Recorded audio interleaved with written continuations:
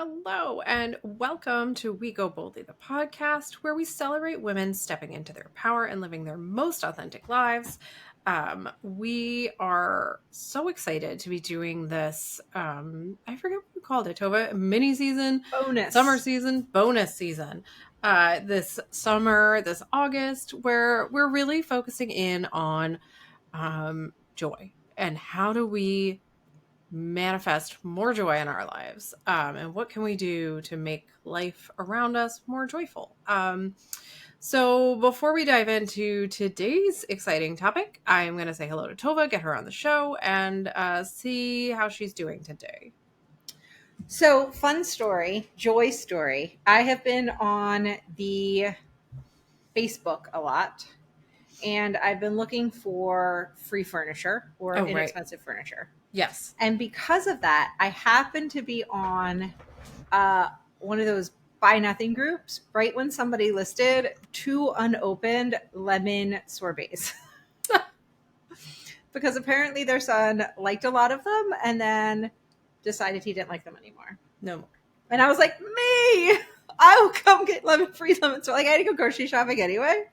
So, and then she's like, also, as we were messaging, I have a Haagen-Dazs strawberry, like extra large, not a pint, but a bigger one.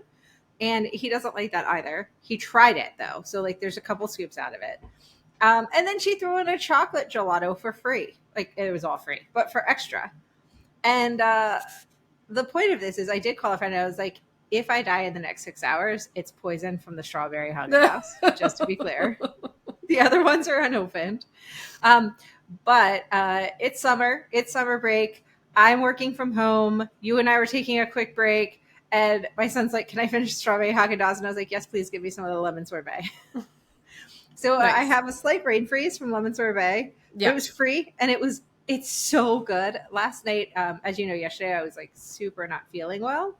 And so I ended my day with a bath and a little bowl of lemon sorbet. And I'm not sure there's a better way to end a day. That's pretty good. I agree with that. I don't like ice cream very much, but I do like sorbet. Yeah.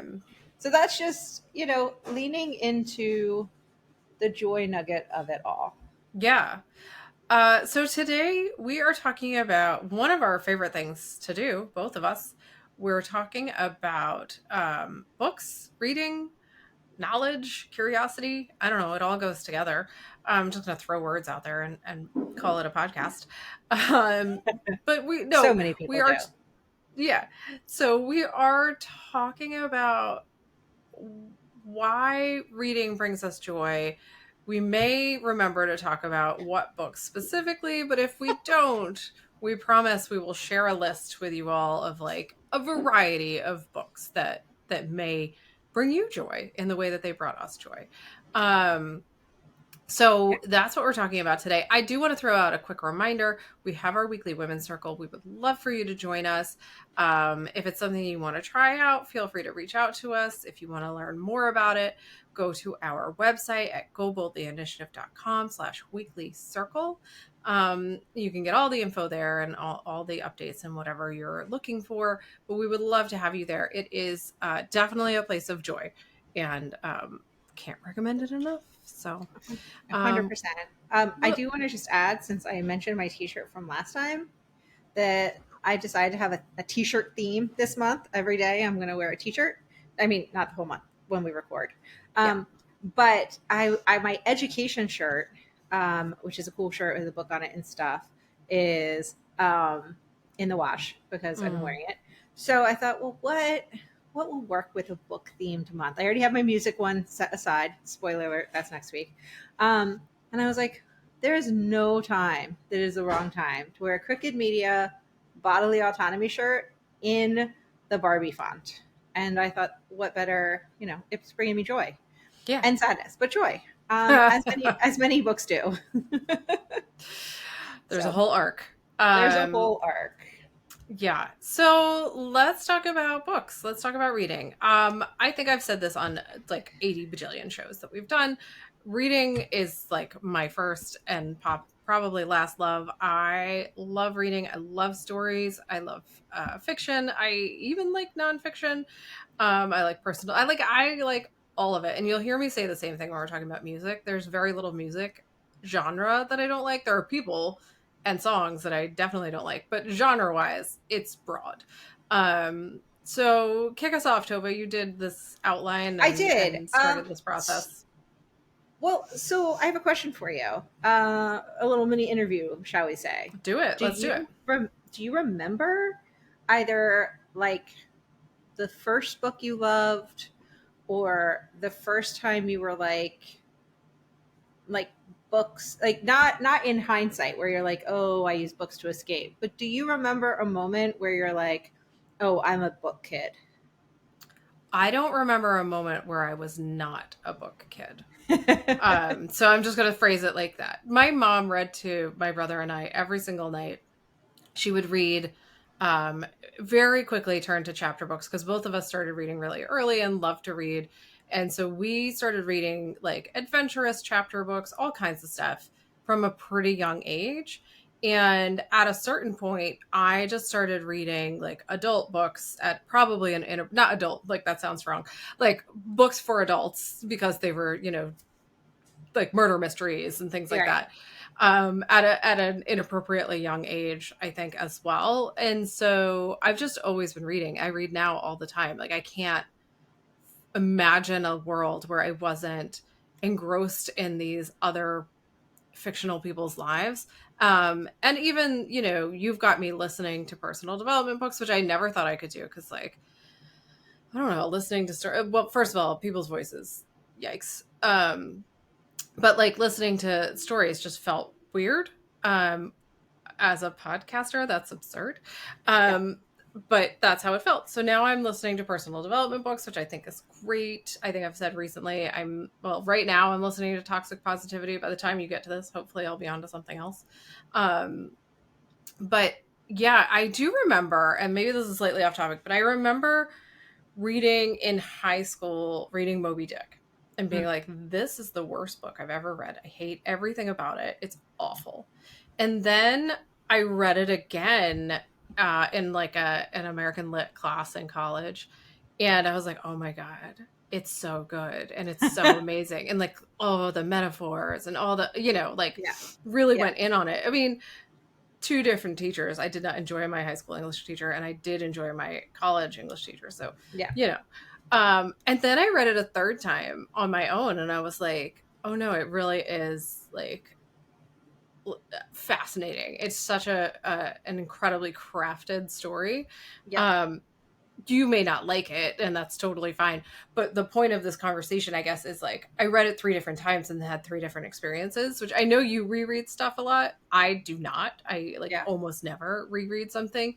And so that really sticks with me as being a like part of my book life experience. I mean, I know you identify as a book kid too. Like Yeah, 100%. And I was trying to think if there's any memory, and the only thing I can think of is on a trip to Maine that we did every year.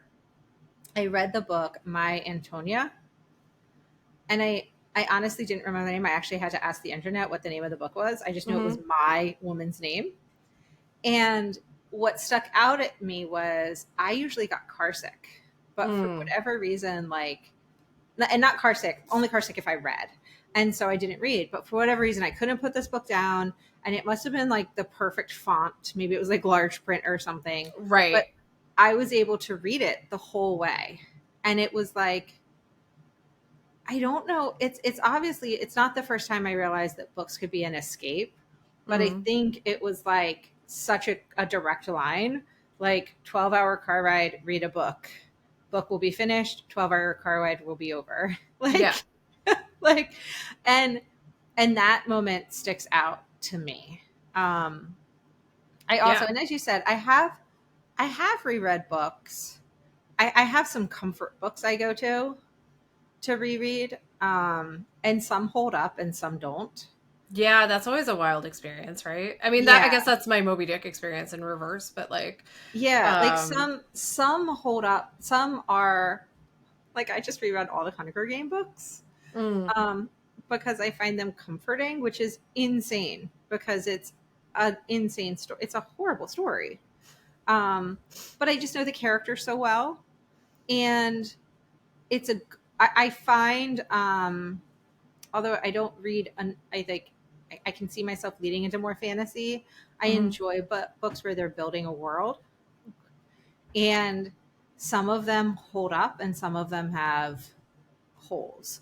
And listen, I'm sure if I wanted to dig in deep, the Hunger Game would have holes, Yeah. like massive holes. It's very Um, hard to world build and never have a hole in the world that you're building.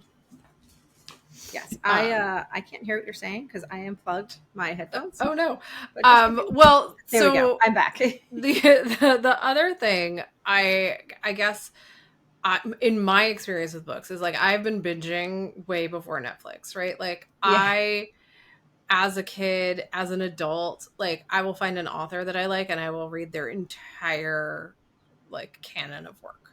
And then I'll Yes. like go down the wormhole of like what did they write when they were in college and like publish to weird newspapers and whatever. I gotta stop saying weird. That's terrible.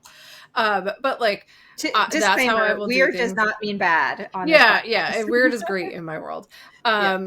Or I'll read genres. Like I went through the like as a kid, I went through like the White Fang genre, and then Yeah. all I would read were like dog books, or all I would read were like Alaskan wilderness Alaskan. books. Yeah. And you know, and then I went through a polar bear phase, and like I read like a lot of polar bear research books.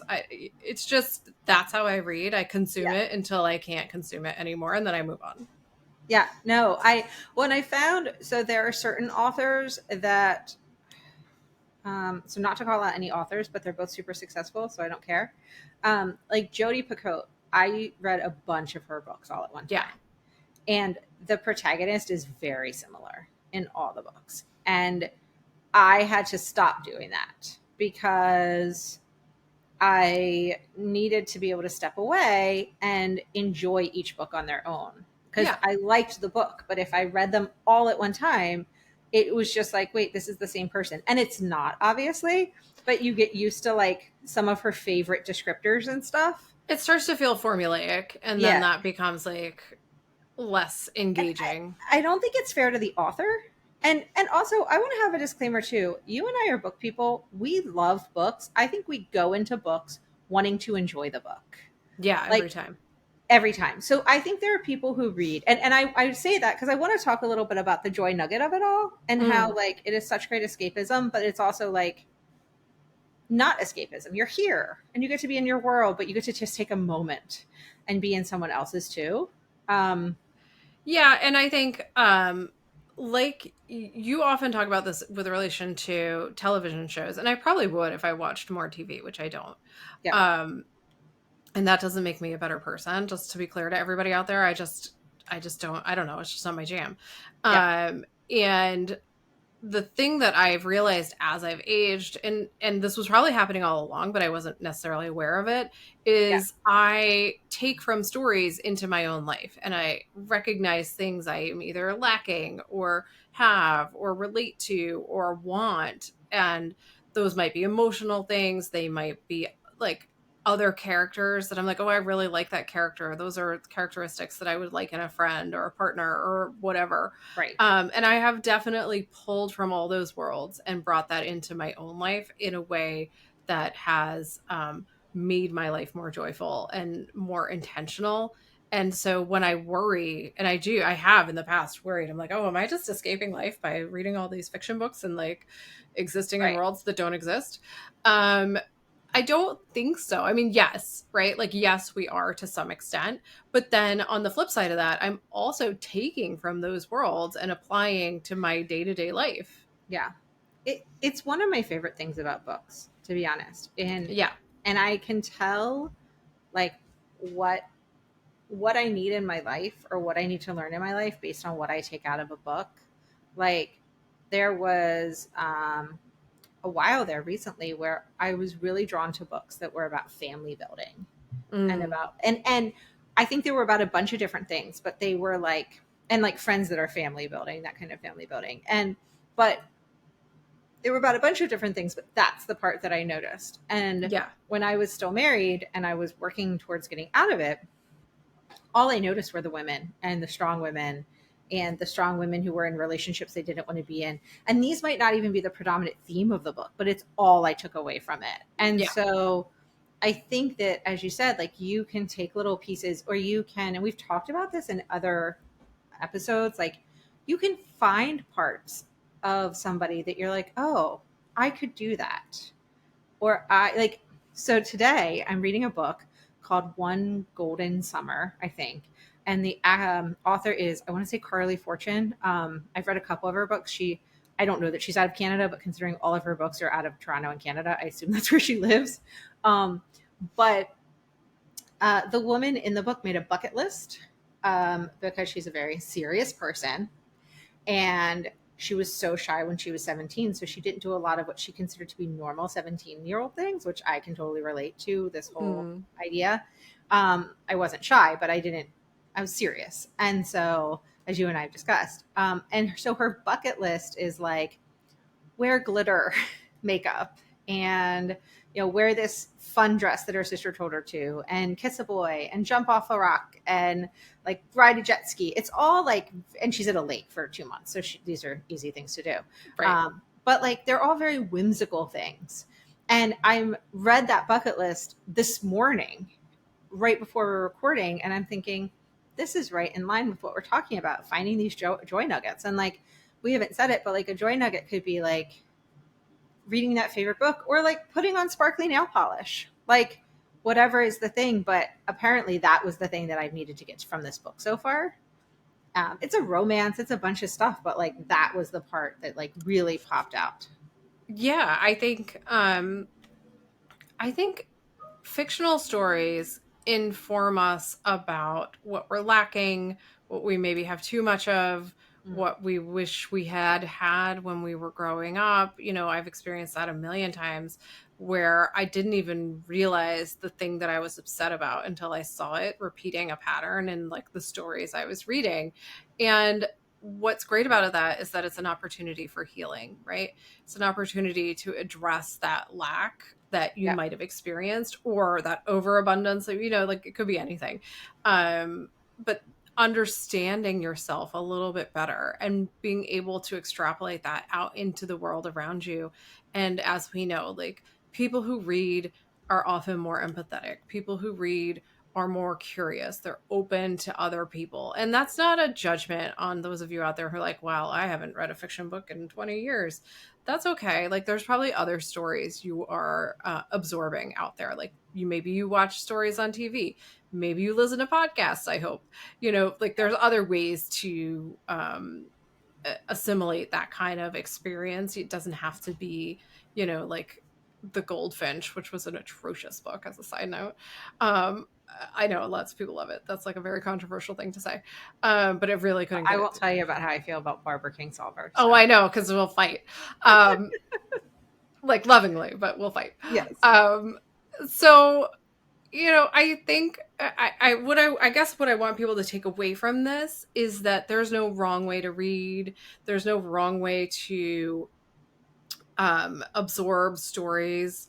The only thing that I think would be wrong is to ignore the power of imaginative storytelling and the way in which it can help you understand yourself and the world around you. Yeah, for sure. I also think as we've talked about, like the things we learn, I think it's a great opportunity to look back and be like, what were the books that I loved back then, whatever they were, and like, what does that tell me about where I was then? Like, it can be a eye-opening experience. It can be, or it can be like something that confirms everything you ever knew about yourself. Yeah. We are, one of our goals, and we'll have this ready for when this episode goes live, is we're going to put together a little book list of some of our favorite books. Do you have any favorite? It is horrible to ask a Don't book do this lover. to me, Tovah. You know that I have, first of all, I have zero short-term memory, everybody. Don't remember what I did this morning, much less what I'm going to, like, what I read yesterday. I'm reading something right now, and I don't know what it's called. I did love Moby Dick. I hated it, and then I loved it. And then I read all the books in that genre, right? Like, So all is of them. that genre? What is that genre? Well, it's like early American lit, focused on like the what is that called when they like man goes off into the sunset. There's Yeah, some phrase yeah. for it, and I can't think of what it is right now.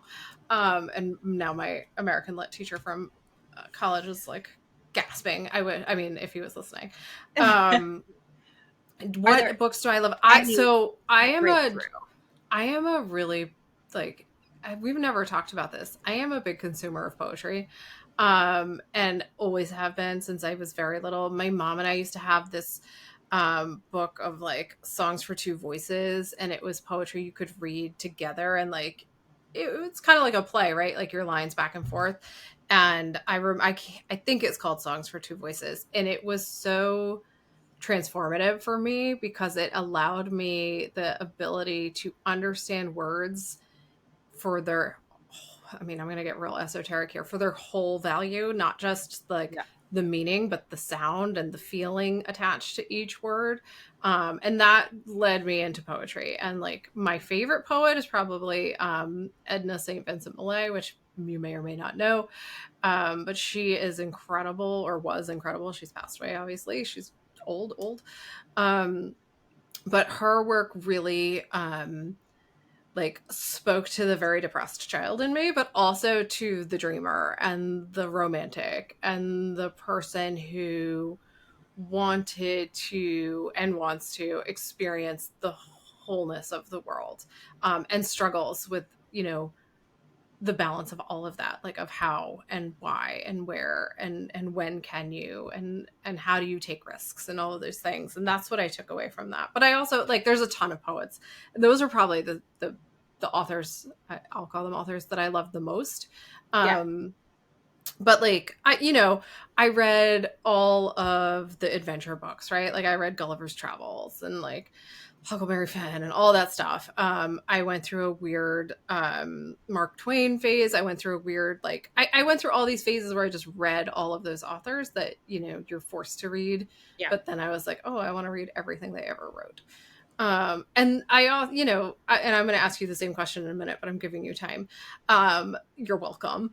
I also went through a romance phase. Like I remember my grandmother when I was in high school, I would go spend like several weeks with them in the summer, and she would take me to this used bookstore, and I would just buy all these like historical romance, Mm. like always set in the West. They were very weird. And I loved them. And it would be like, it would be like cross cultures, and they would be on horses, and then there would be, oh my gosh, what are the Catholic churches, but they're not churches. They're like missionary Yep. places, Yep. that all like cropped up in California during the gold rush. I don't know. I loved those. Like, just because they were so fantastical. They were so outside of anything I was experiencing. Um, I think that is some of the magic. Like if we're pulling it back to Joy Nuggets, like being able to just go somewhere, even when you can't go somewhere, Yeah. is like so magical. And being able to, and you can do it in like I don't want to say like a good book, but like a literary book where you feel like you're pushing yourself. But also like young adult books are some of the Yeah. best to do that, For by sure. far. And so I will jump in because I know you're going to ask me the question. Like Yeah. when I think of books that like impacted me, like on one hand, there's like all the Jane Austen novels because I've Yep. literally gone to Bath in England. like, All the like, Austen, all the Bronte sisters, like yeah, all of like it. Yeah. all of that has clearly influenced me. But then I think of this book like The Witch of Blackbird Pond, Mm. and I don't even remember what it's about. Probably not a witch, probably just a strong, independent woman who's maybe left-handed. Yeah. But I don't even. But I just remember like it was so big. And Jacob Have I Loved. I haven't Oh, read yeah. that book. Don't know what it's about. I still have it on my shelf. I know I cried. Like, Yeah. that's what I can remember. I mean, I still have the book that I read whenever I read it, and I don't know what it was about. And I guess I should read it, but like I won't get rid of it ever Yeah. because it was so impactful. And yet, I do have a pretty decent memory, but I'm like, I don't know. I liked other books too. So many other books. All the books. Like, All the books. I very rarely remember the books I don't like. Other than The Goldfinch because it was just recent, right? Like in 10 years, I'll be like, what was that book? I Yeah, don't know. yeah, yeah, And because it was so controversial. But like, there's books that I was like, okay, but I still got value from them, right? Like, yeah. I still felt like it was a worthwhile endeavor to look at them and to understand what that person was trying to say. I think, and I can't remember what it is right now, but there was a book that I read recently that I was like, I don't know if I like it, but I'm recommending it to everyone. Mm. Like, I think it's just interesting. And then there was another book, I think it's called The School of Good Mothers, that I despised with a fiery passion.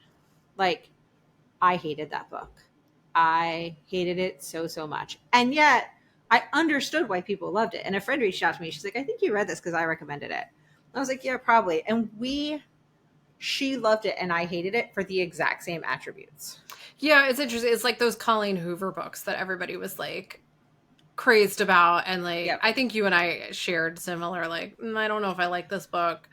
You know, Um, yeah, I just read a book by Abby Jimenez. mhm. And I would consider her books to be like, I won't use chick lit because I think that's such a denigration of Ugh. what women's writing is. Yeah. But it's in the genre of women storytellers. Yeah. And it's romance. But she always brings in somebody's dealing with a mental health issue, Right. whether it's anxiety or something, and she takes it very seriously. And her book had a trigger warning at the beginning saying, like, okay, like this is what's going to happen. Also, the dog looks like it's going to die. It's not going to die. But like, if Saves you that bothers you, the preemptive heartbreak. yeah, exactly. Like, we want you to know this. Yeah. And so it went through that. And then I'm like, I appreciate that so much. Whereas Colleen Hoover's book, I read one of her books. Yeah. I read it at the air. I grabbed it at the airport. I thought it was pretty. There was not a single trigger warning. And it was horrifying. Now, that doesn't mean it wasn't well written, doesn't mean that it wasn't a good story. It was both of those things. And I've never read since or before the description of what it's like for a woman who's in an abusive marriage when she still loves the person. Right. But I didn't need to read that book. Yeah.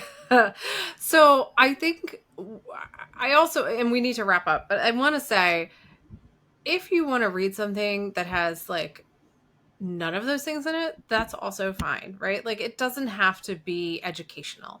It doesn't have to be informative. It could just be entertaining. That's fine too, right? Like, it doesn't, there's no prerequisite for it to be good to you. And I think Yeah. like sometimes we get like, oh, well, if I'm not reading the latest Barbara Kingsolver, who I love, then, you know, whatever I'm reading is trash. Like, it has to be some high value, like high lit sort of novel, which are great and I love.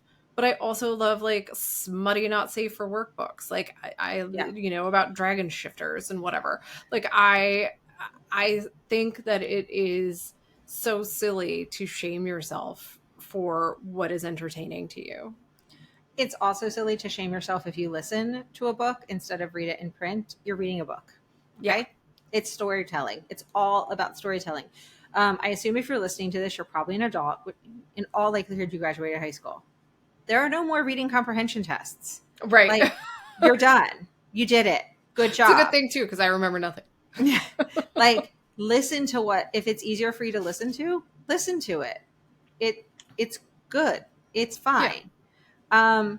So I think that's important. Yeah, I will admit I just read a book. I skipped half of it. There was nothing wrong with it. It was fine. And it's the kind of book that I might like. I don't know.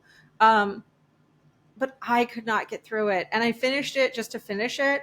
And I felt like, is my reader broken? Like, am I broken? And then I just started this One Golden Summer, and all I want to do is read it. And I'm like, yay, it wasn't me, it was the book. Well, and to be clear, like, I have not finished lots of books, which I finally gave myself permission to do. I think we should encourage you to do, yeah. And then some of them I go back and I try again. I'm like, oh, wow, I really like this. So it's like, you know, it's got to, we've said this a million times. It's the right voice at the right time about the right thing. And it's okay if it's not, and it's okay if it is. Like it's So all okay. Catherine Center. This happened to me at the beginning of the pandemic. I don't know if it was Mm. I think it was my first book of hers. I took a bunch of books out of the library before the pandemic started, before everything shut down, and then I had those books for like 9 months or something. I don't know when they finally let us take books back, but it was a very long time. Right. And when I first started reading it, I was like, meh, not into it. Meh, it's fine. When I finished it, I loved it, and I've read all of her books since. Yeah. So 100%. What we want to do, and we'll put some recommendations together, because I think we do have some books that we found joy in. Like, I will always recommend The Blue Bistro by Ellen Hildebrand. Yeah. I like Ellen Hildebrand books, but I loved The Blue Bistro. Maybe it was because the first one of hers I read. Is it the first one? I read that one. I was like, okay. I don't know if it's her first one, but it's the first one I read. Yeah. Of hers.